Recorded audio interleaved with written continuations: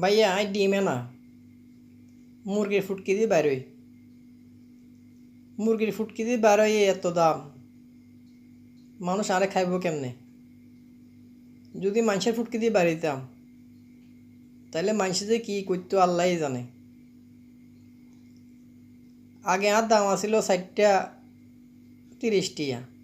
এরপর হইলো 40 টিয়া এরপর হইলো 50 টিয়া এরপর হইলো 60 টিয়া এখন আবার দোকানদারের কিনতে হইব 65 টিয়া দি তো দোকানদার বেচবে কত 70 টিয়া আবার সিন্ডিকেটওয়ালারা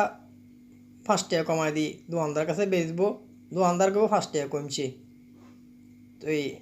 আমদাকে মতো ভোক্তারা আবার কি করব বেশি বেশি করে কিনবো বেশি বেশি করে খাইব আসলে বাঙালিরা এরমই যে জিনিসের দাম বাড়ে বেশি এই জিনিস খায়ও বেশি তো আপনাকেও কি বলবো আপনারা যদি খানা একটু কমায় দিতেন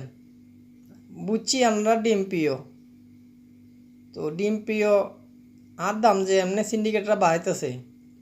আপনারা প্রতি বছরের মতো ইয়া করতেন পারেন খানা কদিন কমাই দেন